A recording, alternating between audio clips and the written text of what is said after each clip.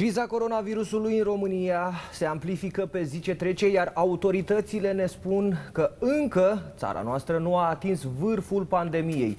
Din ce în ce mai multe cazuri sunt raportate în fiecare zi, dar această criză este una globală și de departe cel mai fierbinte punct de pe glob se află în acest moment în Statele Unite ale Americii. Tocmai de aceea, în direct cu noi este Erica Hill, corespondent CNN, care a transmis din cele mai importante puncte în ceea ce privește răspândirea coronavirusului pe teritoriul Statelor Unite ale Americii.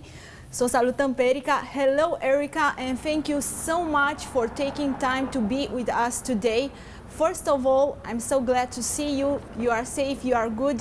We see you are on the streets of the city that never sleeps. New York is the most crowded city in the world.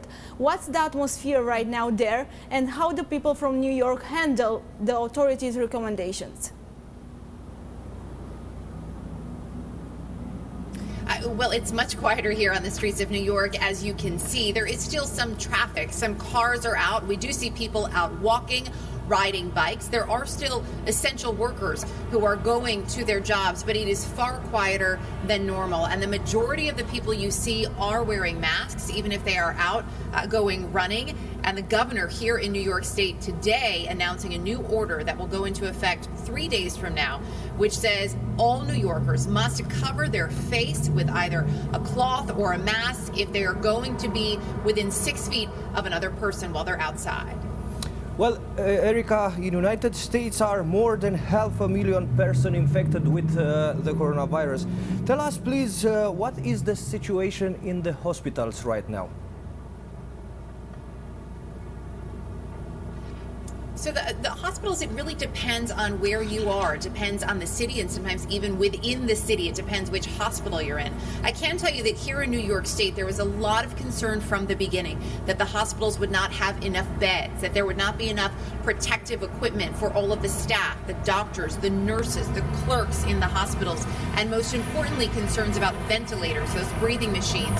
Today, the governor of New York said they are actually in very good shape. And so they have now they're sending 100 ventilators to the state of Michigan, another 50 to Maryland. The governor saying he will not forget the kindness of other states in helping New York when they needed it, and he is repaying that favor. Erica, in Europe, one of the main problems in coronavirus crisis was the lack of equipment, protection equipment for doctors, nurses. Tell me, in this moment in New York, I saw so many physicians that they went out on the streets, they protest about this equipment, the protection equipment. How was that possible in the most developed country in the world? There were a lot of questions about that, you're right, and we have seen protests, a number of them from nurses around the country because they did not have the right personal protective equipment. Some of the doctors that I've spoken with told me that part of the issue was that this came on so quickly and so many people were coming to the emergency rooms in the hospitals with potentially COVID symptoms. And so for that reason, the number of people who needed that equipment and who needed to consistently change that equipment grew pretty quickly. And so in terms of keeping up, they had to bring in from other stockpiles and also borrow from places. And so that was part of the initial problem. Some of the issues, though, really were specific to each healthcare facility. Erica, do the authorities have any predictions right now about when the coronavirus outbreak will finish?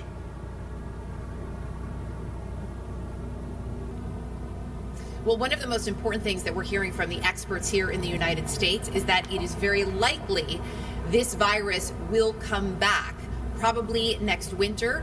It may start to go dormant over the summer, but what they stress is what needs to continue are the mitigation efforts. So social distancing, as we say in the U.S., staying 6 feet apart from one another, washing your hands, making sure you cover your nose and your mouth so that you don't transmit the disease. You may be asymptomatic, but you may actually be a carrier.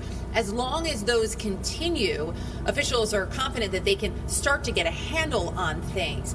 But again, they do stress that it will likely come back. There is work on a vaccine that we are told, though, is at least 12 to 18 months away. And so the real focus right now is on testing, specifically antibody testing. So these quick finger pricks that you can do to determine whether somebody has the immunities in their body, which would tell us that they had the virus and could therefore start to go back to work. That will be key too to really getting on the other side of this particular virus. What's the policy right now in the US about testing? Who is tested and who's not tested? So there isn't a specific policy, and a lot of that will depend on where you are. The states do have the power now to do the testing. That was a big change a couple of weeks ago that governors had been pushing for so that they could process them more quickly.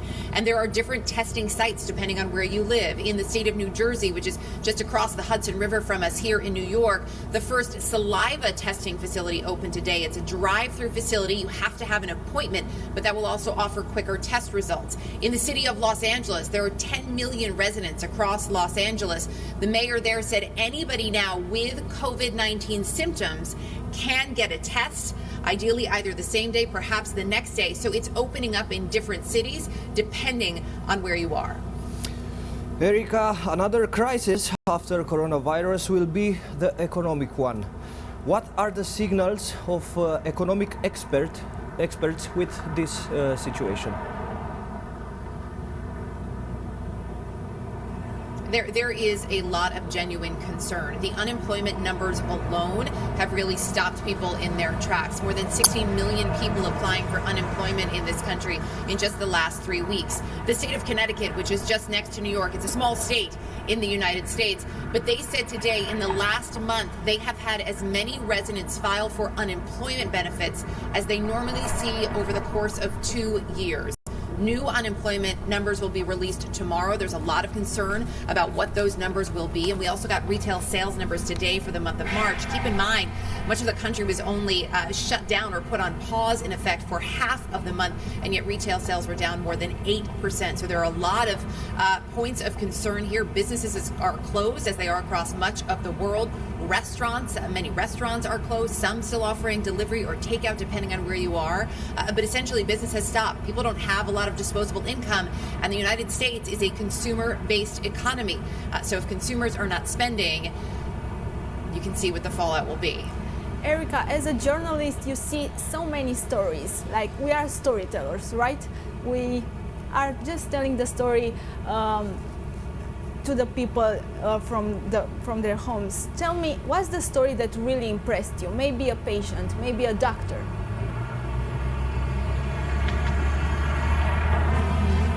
We're hearing some pretty remarkable stories about patients who've recovered as they describe their symptoms, but also from doctors, even just some of the emergency room doctors that I'm speaking with regularly. Talk to me about how difficult it is, that no matter how difficult their worst day was in the ER prior to this, they had never seen shifts like they were seeing. The emotional toll that it is taking on so many of these frontline healthcare workers is something they tell me they believe will be with them for a long time to come. They said this will be a very real form of PTSD for them, and they are concerned about what that means.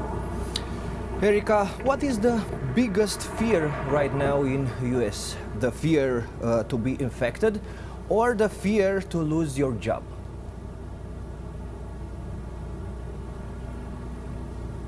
You know, that's a good question.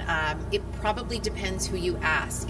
I think for a lot of people, depending on where they live, that would determine their answer. If you're in New York, if you're in a hot spot where perhaps there are more cases of the disease, you may feel that it's a little closer to you.